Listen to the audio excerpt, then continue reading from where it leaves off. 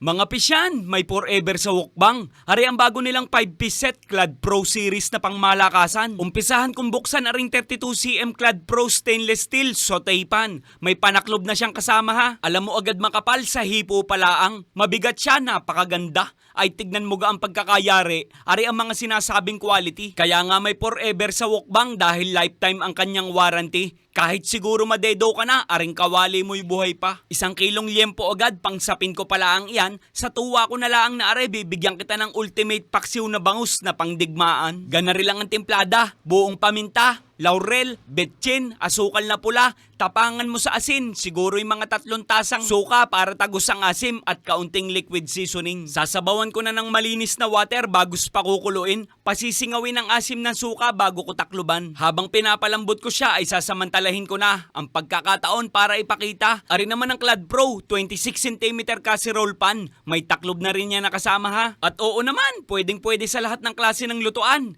gas, induction o mapa-infrared man iyan. Balikan ko aring bangus at ay, sadya naman, kagrabe kung maaamoy mo laang. Kaya inilagay ko na ang gulay at akin na uling tatakloban. Silipin mo na rin aring 26cm Clad Pro stainless steel frying pan. Mabibili mo ito sa mismong website nila. Ilagay ko na lang sa comment section or pwede ka rin bumisita sa physical store nila. Nasa comment na rin ang address nila. At digay arena, luto na ang ultimate paksiw na bangus. Sadyang aanay pa, anak ng tropa.